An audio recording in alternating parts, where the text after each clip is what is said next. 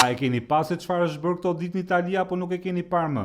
Këngëtare shqiptare Ermal Meta është ngjitur në skenën e festivalit të Sanremos dhe dihet që për italianët ky festival është si me thënë Kupa e Botës për muzikë. Por këtë radhë Ermali zgjodhi që të këndojë jo një këngë të lehtë dashurie ose një nga ato hitet verore që harrohen shumë shpejt, por zgjodhi të këndojë këngën Stella Stellina, që në pamje të parë duket si një ninull e butë për fëmijët. Po t'ja lexoni me kujdes tekstin, në thelb kënga flet për disa vajza të vogla që jetojnë në Gaza, që nuk kanë zgjedhur luftën, por fati I ka bërë që të jetojnë në mes të saj. Por që ta dini ju, këtë këngë e pas ka dëgjuar dhe këngëtari I madh italian, Adriano Celentano, I cili ka shkruar në Instagram që kënga është shumë e bukur, se ai e ka kënduar shumë mirë dhe se është e pamundur që ai mos ta fitojë. Besoj e kuptoni se çfarë do të thotë ky mesazh nga vetë Adriano Celentano. Është njësoj sikur mësuesi më I rrept I shkollës t'ju vej 10 me yll dhe t'ju thot ulu se s'ka çfarë të thotë gjë më tepër. Unë nuk e di nëse Stella Stellina ka për ta fituar çmimin e parë në Sanremo,